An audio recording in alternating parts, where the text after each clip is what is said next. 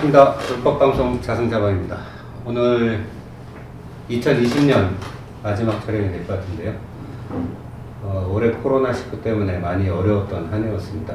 또 그 어려운 만큼 또 불교계 안에서도 여러 가지 일 때문에 상당히 어려운 일들이 많았고, 그래서 오늘은 올 한 해 있었던 이야기들 좀 정리하면서 마무리를 할까 합니다. 아무래도 올해 가장 큰 이야기 중에 하나는 결국은 자승 전 총무원장 상월선언에서 안거 쇼 한 이야기가 있었거든요. 또 그거에 이어서 또 가을에는 걷기 쇼가 한번 또 있었죠. 이 자승 이야기부터 좀 시작을 해보도록 하겠습니다. 작년 11월 11일이었죠. 동안거 결제에 들어가면서 위례 신도시에 있는 조계종 불사 부지에서 불법 건축물을 그 천막복장을 세워놓고 3개월 동안 동안거에 들어갑니다. 2월 7일날, 올해 2월 7일날 이제 결제를 했는데요. 참 많은 이야기들이 있었습니다. 이 관련해서 일단 한 번씩 기억나는 이야기들 좀 나눠볼까 합니다. 김영욱 대표님, 상월선언 어떻게 기억하십니까? 상월선언은 기억이 안 나고요. 불법 천막에서 뭘 하는지 모르는 그런 어처구니 없는 그런 일을 한 거만 기억이 나고요. 우리 생각은 그렇지만은 제가 요새 능엄경을 읽고 있는데요. 능엄경에 보면은 마구니 이야기가 나와요. 부처님이 마구니에 대해서 설명하는 게 나오는데, 부처님이 마구니에 대해서 설명하면서 사실은 그 마구니의 경계가 이 수행자하고 그렇게 큰 차이가 안 나더라고요. 보면은 예를 들어서 아라한 경지에 올랐다 하더라도 그 아라한 경지에 오른다는 거에 집착을 하면은 그게 바로 마구니가 침노한 거다. 마구니가 붙은 거다. 사람들이, 수행자들이 그걸 마구니가 붙은 줄 모르고 내가 깨달았다 이러면서 막 외치고 다니면서 혹세무민하는 게 그게 바로 마구니다. 이 능엄경의 그게 내용이거든요. 그걸 읽으면서 우리 자승 원장 생각이 나더라고요. 요새 자승 원장이 상월선언뿐만이 아니고 걷기 쇼를 한 이후에 엄청 많은 이야기를 하더라고요. 온 한국 불교의 그 문제점을 자기가 혼자 다 짊어지고 내가 이거 바로 잡아보겠다. 근데 그게 왜 그렇게 됐는지에 대해서는 얘기 안 하고 본인의 업인데, 그러는 거 보면은 제가 봤을 때는 그게 바로 부처님이 얘기한 마구니 경계가 아니냐. 내가 어떤 상월선 불법 천막에서 내가 참석도 하고 그다음에 걷기 쇼를 하면서 이렇게 열심히 나름대로 수행을 하다 보니까 자기가 뭔가 굉장한 어떤 그 경지에 오른 것처럼 그러면서 이 중생들에게 막 이런저런 이야기를 한단 말입니다. 근데 그게 사실은 마구니가 붙은 거라고 부처님이 얘기했거든요. 그래서 그 경계에서 사실 더 나가야 되는데 자승 원장이 그 경계에서 더 나가진 않고 오히려 더 큰 일을 저지를까 그게 걱정됩니다. 제 생각에. 네. 김영욱 대표님은 어떤 기억을 하고 있습니까? 거기 안 가봤고요. 네. 안 가봤고 방송이나 신문 보도를 통해서 보면서 이게 이제 이 전도몽상이라고 반야신경에서 배웠는데 이 뒤집힌 생각과 헛된 생각이 우리를 이제 이상하게 만드는 거죠. 근데 이제 불자들이 지켜야 될 계 중에 이제 5계가 있고, 그 다음에 고려시대 때부터 이제 특별히 날을 정해서 8제계를 지켜왔습니다. 근데 5계에 덧붙여서 들어가는 6번째가 불, 가무, 관청, 도시, 향이라고 합니다. 이제 불 하지 말라. 그래서 가, 노래 부르지 말고, 무, 춤추지 말고, 관청, 그래서 이 소리를 갖다가 즐기거나 아니면 이제 도식, 향, 그 꽃이나 향으로 분장하고 장신구로 몸을 치장하지 말라. 이게 딱 상울선에서 했거든요. 네. 이것도 또 돈 들여가지고 이 연예인들 불러다가 큰 소리로 지르고 뭐 큰 스님 힘내세요. 다들 합창도 하고. 그래서 도대체 이게 뭐냐? 이건 수행을 역행하는 역행보살 자승스님의 그 본 모습을 갖다가 그대로 보여준 것이 아닌가 싶기도 하고요. 또 하나는 불자들한테 비록 본인이 수행하지 못한다고 하더라도 안거 기간에는 이제 수행처를 찾아가서 대중供養을 하는 그런 그 풍습이 전해져 왔습니다. 선빵 문고리를 한번 잡으면 3대 업장에 소멸한다든가 뭐 그러면서 이제 수행에 대한 발심을 하게 하는 계기로 삼는 것인데, 과연 상월선을 찾아간 불자들이 어떤 발심을 했을 것인가, 이거 굉장히 위험하다고 느껴지고요. 또 하나는 제로섬 게임이에요. 대중공연이라는 게 가가지고 그냥 구경하고 오는 게 아니라 그 스님들 공연하시라고 무슨 보시도 하고 그러는 건데, 불교계에 떠돌아다니는 재원은 한계가 있습니다. 근데 이 재원의 그 특정 부분을 갖다가 상월선원이 거의 빨대로 그냥 쫙 빨아들인 거예요. 그럼 다른 선원에 2번 가야 될 걸 한 번밖에 못 가고 그 한 번은 상월선원 가가지고 이 눈도장 찍어야 되니까 다른 선원들은 쫄쫄이 굶지 않았겠느냐, 이런 그 불쌍한 생각이 들더라고요. 아무튼 굉장히 머리가 어지러웠던 상황이었습니다. 신앙님, 위원님은 좀 어떠셨어요? 밖에서 보시기에 이게 쇼라는 사람도 있고, 또 한국 불교의 과거에 없었던 전대미문의 수행이라는 사람도 있고 그렇습니다. 저는 자성이라는 분이 한 가지, 보통 우리가 한 가지 거짓말을 듣기 위해서는 10가지 거짓말이 필요하다, 그런 얘기가 있잖아요. 거짓말을 듣기 위해서 또 다른 거짓말을 하고 이렇게 좀 연쇄 반응처럼 일어나는 건데, 자성 원장이 하고 있는 모습을 이제 우리가 직접 보지는 못하지만 뭐 여러 가지 보도나 돌아가는 걸 보면, 이분은 한 가지 업을, 자기의 잘못된 악업을 덮기 위해서 또 2가지 악업을 쌓고 3가지 악업을 쌓고 해서 지금 완전히 미쳤구나. 이는 미친 짓이다, 이거는. 보통 사람도 아니고 불가의 그 속가의 인연을 독하게 끊고 출가를 하시는 분이 하는 행동이라고는 볼 수 없을 정도로 미쳤다. 그리고 이제 앞에서 이제 2분이 말씀하신 것처럼 부처님이 그만 그 계율을 이번 내용적으로 어기고 형식적으로 어기고 있잖아요. 혹세무민하면, 자기가 오만에 빠져서 혹세무민하면 그것이 곧 마군이다라고 우리 이제 김영국 거사님이 말씀하셨고, 우리 김경호 소장님은 말하자면 부처님이 그만 그 계율을 말씀을 하셨는데, 이런 것들이 전부 자기가 자기를 속이는 그런, 내가 스스로 거짓말을 하거든요.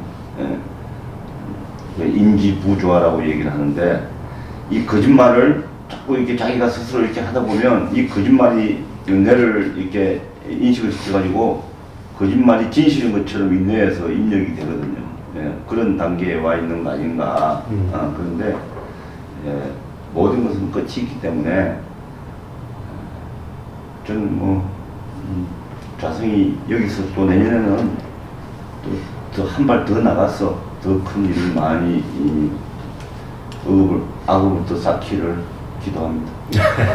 그게 말씀하신 게 예. 자기가 거짓말을 하는지도 모르고 그렇죠. 그게 예. 바로 예. 마구니 왜 마구니가 지으면 그런 거예요. 그러니까 그 마구니를 현대 신경과학의 용어로 하면 그게 인지부조화예요. 예.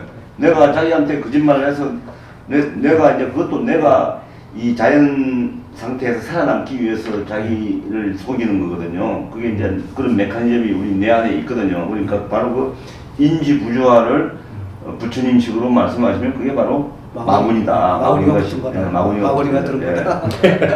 그 부분은 우리 조계종 종원제법으로 그 징계를 해야 될 문제가 아니고 치료를 받아야 되는 거죠. 그렇습니다. 예. 그런데 이제 문제는요. 이제 지금 이제 503이라고 이제 저 추운 방에 들어가 계신 분 있지 않습니까? 5035. 예. 이제 그분 우리나라에 이제 그 재난의 그 트라우마가 심한 세월호 그 가족들이나 이런 분들하고 이제 정신적으로 막 함께하면서 치유 노력을 많이 했던 그 신경정신과 전문의 당신이 옳다라는 그 매뉴얼 정혜신 박사님. 정혜신 예. 박사한테 제가 문자를 한번 보냈습니다. 그 503이 결혼도 못하고 아버지 어머니 그렇게 비명 행사하고 그래서 트라우마가 너무 많은데 자기가 뭘 잘못했는지 모르는 것 같으니까 저걸 좀 어떻게 좀 치유를 해줄 수 없습니까 선생님. 그래서 제가 문자를 보냈더니 어떤 뉘앙스로 답이 왔냐면 그 치료를 받으려면 대전제가 본인이 내가 문제가 있다라는 걸 인정을 하고 인식을 해야 되는데 과연 그분이 그렇게 하겠느냐. 그게 핵심이었습니다. 그러니까 자승도 지금 마구니가 씌여 있는데 뭐 치료를 받아야 되는 건 맞아요. 저는 제가 볼 때는 중증 정신병 환자거든요. 근데 본인이 문제 인정해야 치료를 할 텐데 본인이 인정을 안 하니까 저거는 끝까지 가서 그냥 망해서 스스로 자멸을 해가지고 그냥 자폭을 할 때까지 놔둘 수밖에 없습니다. 백약이 통하지 않습니다. 무효입니다. 그래서 사실 이제 그 우리 불교 다큐에 들어오는 이 네티즌들의 선택도 비슷한 것 같아요. 제가 조금 전에 2020년도 그 네티즌들이 선택한 불교 뉴스 제가 4개를 뽑아봤는데요. 물론 이제 불교 다큐 기준입니다. 이 상을 쓰는 얘기가 꽤 많이 나오는데요. 대표적인 거 제가 제목만 몇 가지 읽어드릴게요. 3위에 오른 게 그 천막 선언 안거에 실망하다라는 그 허정 스님의 칼럼이었고요. 그 다음이 상을 쓰는 그 동안글을 영화로 찍는다는 기사, 그리고 상을 쓰는 정진이 선 대중화에 기여한다고 착각하지 말라라는 칼럼이고요.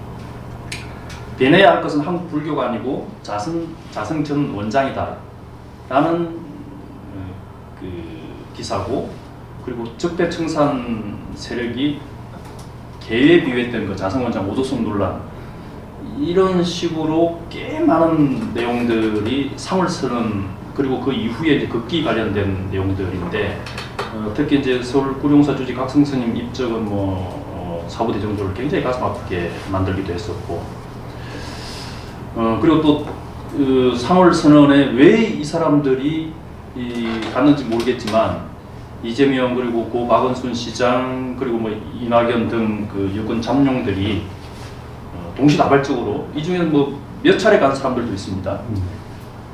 그리고 뭐 나경원 의원은 요즘도 계속 가더라고요. 그리고 이제 또 하나 기사가 종정 스님이 친히 그 부산 해운정사에서 상을 선언까지 왔다는 얘기. 심지어는 그 극기순례에 누가 참석한지 그 리스트만 보여주는 기사도 상위 100위 안에 들 정도로 사후 대중들이 굉장히 관심을 많이 갖고 있었습니다.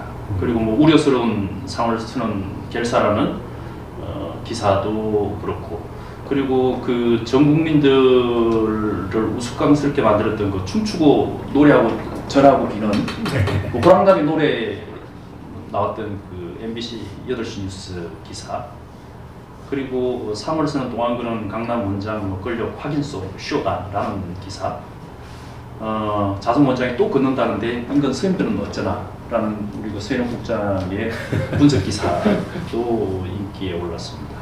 이게 인기 있다라는 게 좋은 건 아니죠. 예, 그렇죠. 그만큼 사람들이 우려스러우니까, 그리고 우려스럽기보다는 우스꽝스러우니까 클릭을 해보지 않았나 싶습니다. 그러고 보면 뭐 신앙임 위원님 말씀처럼 상당히 지금 중증인 상태로 보여지는 게 상월선언에 대한 여러 가지 우려 속에서도 또 가을에는 3주가 넘게 걸었죠. 10월 7일부터 27일까지 21일 동안 동화사를 출발해서 봉은사까지 약 500km에 가까운 구간을 걸으면서 소위 상월선언 안거에 이은 만행 이런 어떤 포맷으로 또 쇼를 하나 또 보냈는데요. 이때 보면 참 뒷얘기도 좀 많이 나왔던 것 같아요. 그때 걷기에 참여했던 고위직 조계종의 스님 몇 분은 한 일주일 정도만 걷고 빠질 생각이었다.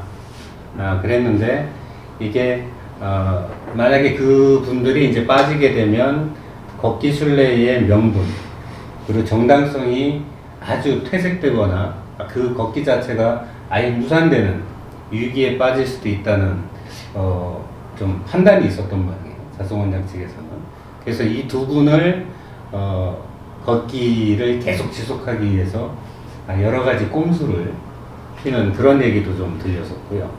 근데 보면 이 걷기까지 이제 상월선언에서 걷기까지를 쭉 보면 결국은 이 과정에서 두 가지를 일단 얻고 있는 것 같습니다. 하나는 수행이라든가 어떤 자기가 한국 불교의 큰 지도자로서의 면모를 상당히 과시하는 듯한 이런 어떤 효과를 하나 얻으려고 했던 것 같고요.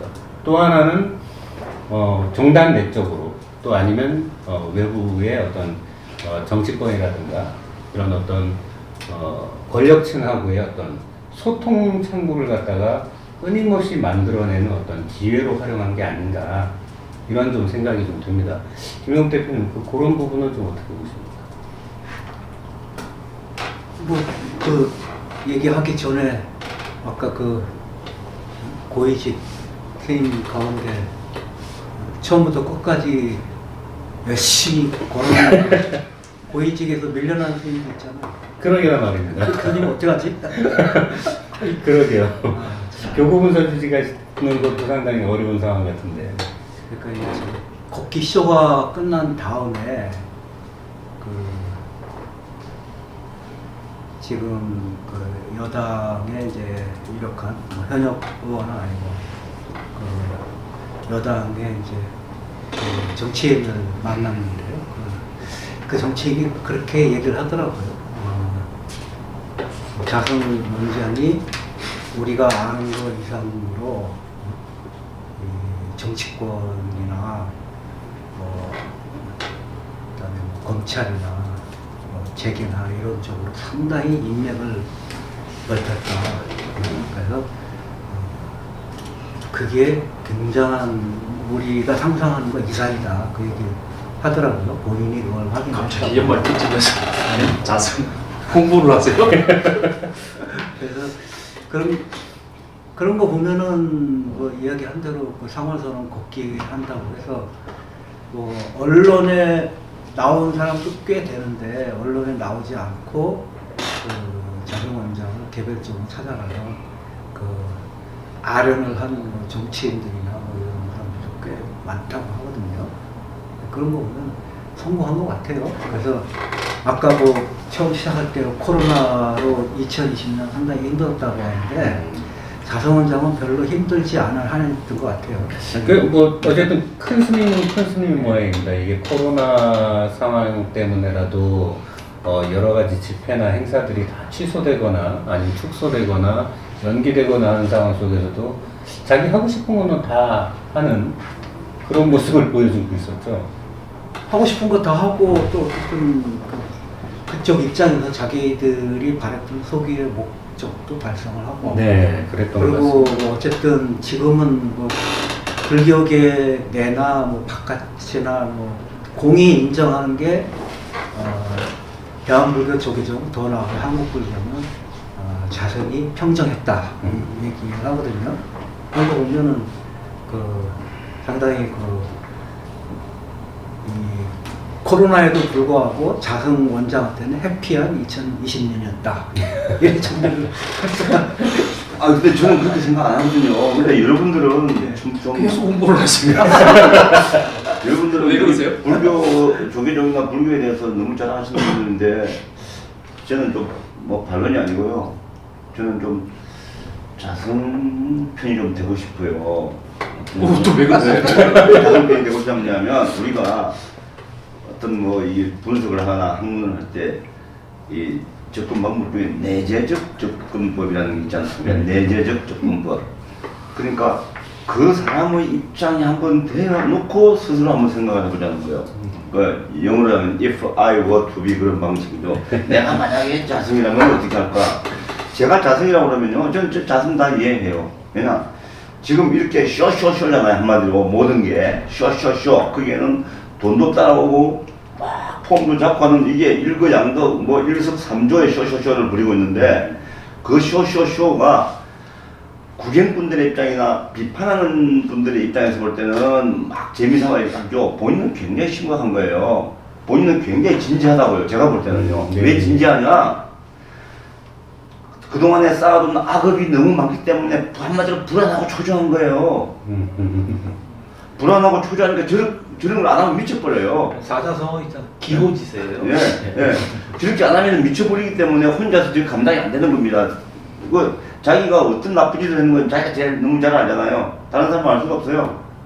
그러니까 초조하고 불안하기 때문에 저런 걸 해야 되는 거예요. 어쩔 수 없어요, 저거는.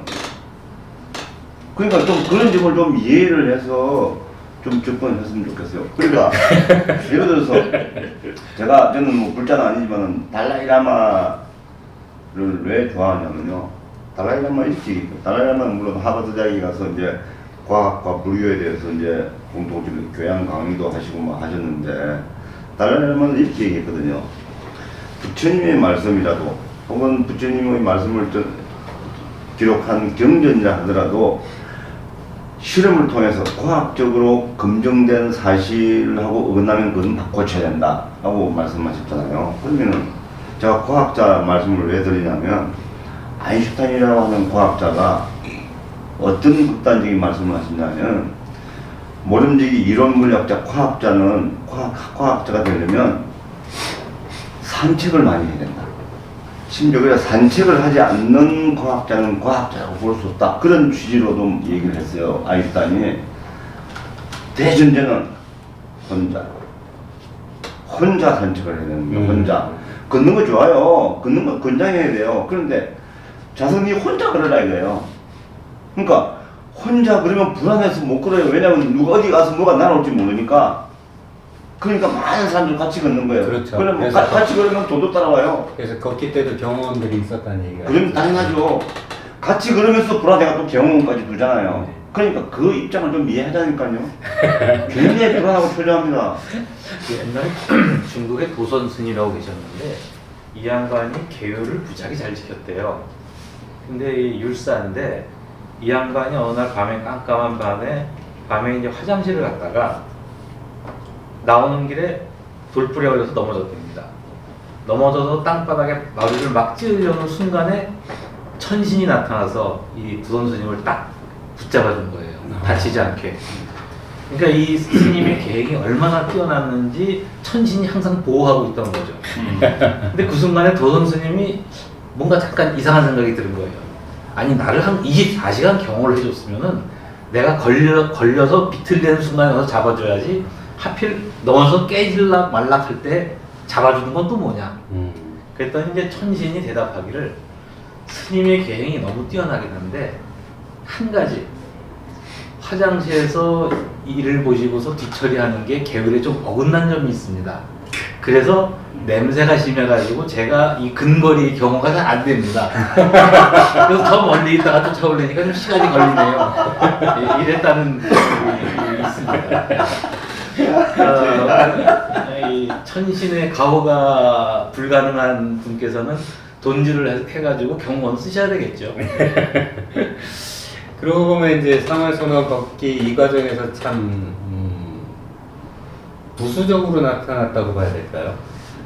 상월선언은 원래 이게 조계종 이 신도시 포교를 위해서 종교 용지로 매입했던 것입니다. 근데 여기에 지으려고 했던 이제 포교당 사업이 이 상월선언에서 이루어졌던 천막 수행쇼 때문에 지금까지 지지부진하게 이제 이어지지 못하고 있는 그런 상황이 됐고요. 아니 저기 그 위례 신도시 그 부지가 포교당 부지가 아니었잖아요. 원래는 그 처음에 이제 조계종에서 종교 용지로 신도시 포교를 위해 가지고 매입을 했는데 자승원장 2기 때죠. 2기 때 한 2년 정도 임기가 지나고 나서 이제 여기다가 불교문화유산 보존센터라는 목적 사업을 위한 건물을 지으려고 했습니다. 근데 이게 기공식까지 했죠. 기공식까지 했고 사실상 기본적인 설계도까지 나온 상황이었는데 사업 추진이 안 된 이유가 종교용지, 포교원 부지에 종교시설이 아닌 다른 시설이 전체 면적의 50% 이상을 넘어가게 지을 수 없다라는 어떤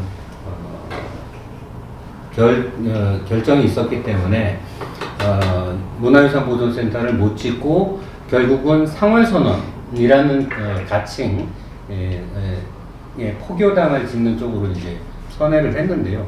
사실 이것도 조계종이 갖고 있는 힘만 보자면 그 부지에 문화유산 보존센터를 지을 수 있도록 뭐 국토부나 광주시나 뭐 LH공사나 이쪽하고 충분히 협의를 한다면 그것도 불가능하지는 않았을 것 같은데 결국엔 어떤 이유에서인지 공은사가 이제 그 부지에 포교당을 갖다가 건립하는 쪽으로 이제 선회가 된 상태고 그러다 보니까 이제 불교문화유산 보존센터는 갈 데가 없어져 버렸습니다. 그래서 여러 부지를 찾다가 뭐 이제 공주 마곡사 인근 부지도 찾았다가 또 용주사도 했다가 결국엔 지금은 이제 양평 용문사 인근 부지로 이제 결정이 돼서 이제 건축 설계가 이제 진행되고 있는 상황이고요.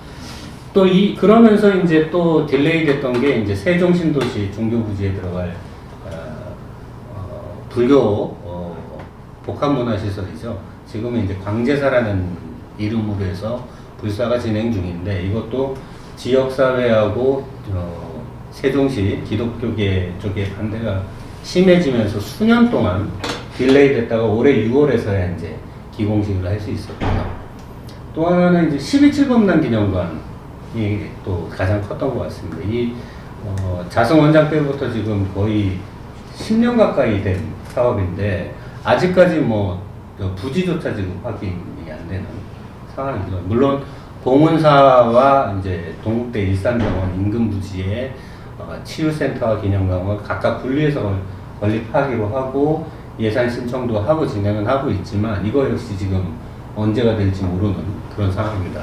12.7범단 기념관 관련 잠깐 짧게 말씀드리면 사실은 이 부분에 대해서는 종단 차원에서 제대로 된 감사를 해서 공과를 확실하게 좀 가려야 된다고 생각하는데요. 조계사 일원에다가 설치하겠다라고 결정을 내린 총무원장 선생님이 분명히 있고 네. 그걸로 인해서 아주 편법적인 방법을 이용해서 국가 예산으로 종교계 땅을 사주는 네. 희한한 구조를 만든 사례가 하나 있었고요.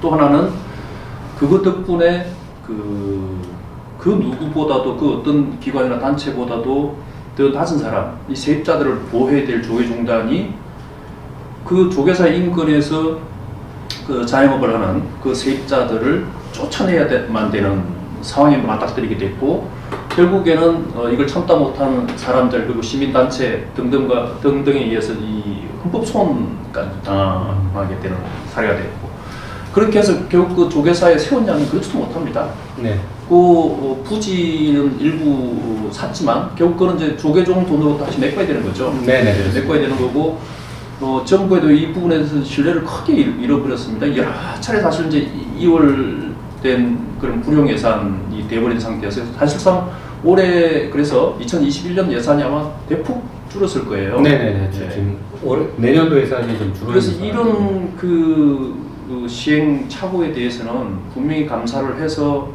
잘잘못을 가려야 된다라고 생각합니다. 이게 권력자가 했다고 그래서 이걸 묻어두고 간다면 앞으로도 이런 식의 어떤 국고 예산을 받아서 하는 사업을 통해서 이런 것들이 저는 계속 반복되지 않을까 하는 생각입니다. 그래서 이 부분은 하여튼 철저히 진상 규명을 좀 해야 됩니다.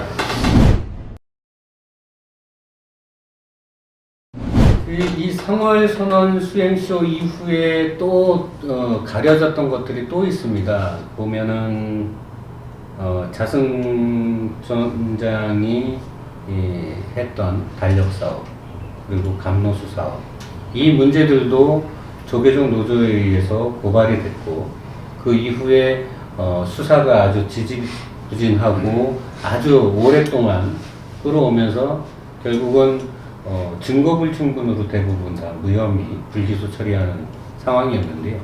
이 과정에서 안타까운 게 조계종의 어떤 공공성 그리고 삼보정제를 지키려고 노력했던 조계종 노조 지부장과 지회장이 해고되는 상황이 발생을 했죠. 지금 작년이죠. 작년 5월 17일 날 조계종 인사위원회가 심원석 민주노조 지부장을 해고 결정을 했고요. 6월 28일부터 해고가 돼서 오늘로서 581일째 지금 해고가 돼서 조계사 앞에서 1인 시위를 하면서 복직과 함께 감노수 문제 등에 대한 철저한 진상규명을 요구하는 안타까운 상황이 계속 이어지고 있습니다. 이 노조 문제 한번 좀 이야기 좀 나눠볼까 싶습니다. 김용태 교수님. 그 노조에 대응하는 지금 조계종의 대처 방안이 기존의 그 악덕 기업하고 다를 바가 없어요. 그 노조가 문제가 있다고 해서 지금 현 총무원의 우호적인 사람들을 중심으로 해서 노조를 새로 설립했죠. 네. 그래서 그 노조가 뭐 과연 본인들은 뭐라고 얘기하는지 들어본 적은 없지만 지금 조계종 그 민주노총 산하의 노조 입장에서는 기관 노조라고 하더라고요. 네. 우리가 기관지 하듯이 기관 노조는 결국 조계종 그 사측의 입장을 반영하는 노조 아니냐. 결국 이 노조를 만들어서 친기관 노조를 만들어서 다른 노조를 탄압을 하는 이런 행태는 그동안 이 일반 사회에서 이 기업주들이 그 노조를 탄압하기 위해서 흔히 사용했던 방법인데 어떻게 그 불교계에서 조계종에서 그런 발상을 할 수가 있는지 그 부분도 한번 짚어봐야 된다고 봅니다. 네. 지금 노조 얘기 계속 이어가야 하는데요. 잠깐 끊었다 가겠습니다. 녹화 시간이 다 돼가서 일단 잠깐 끊었다 가겠습니다.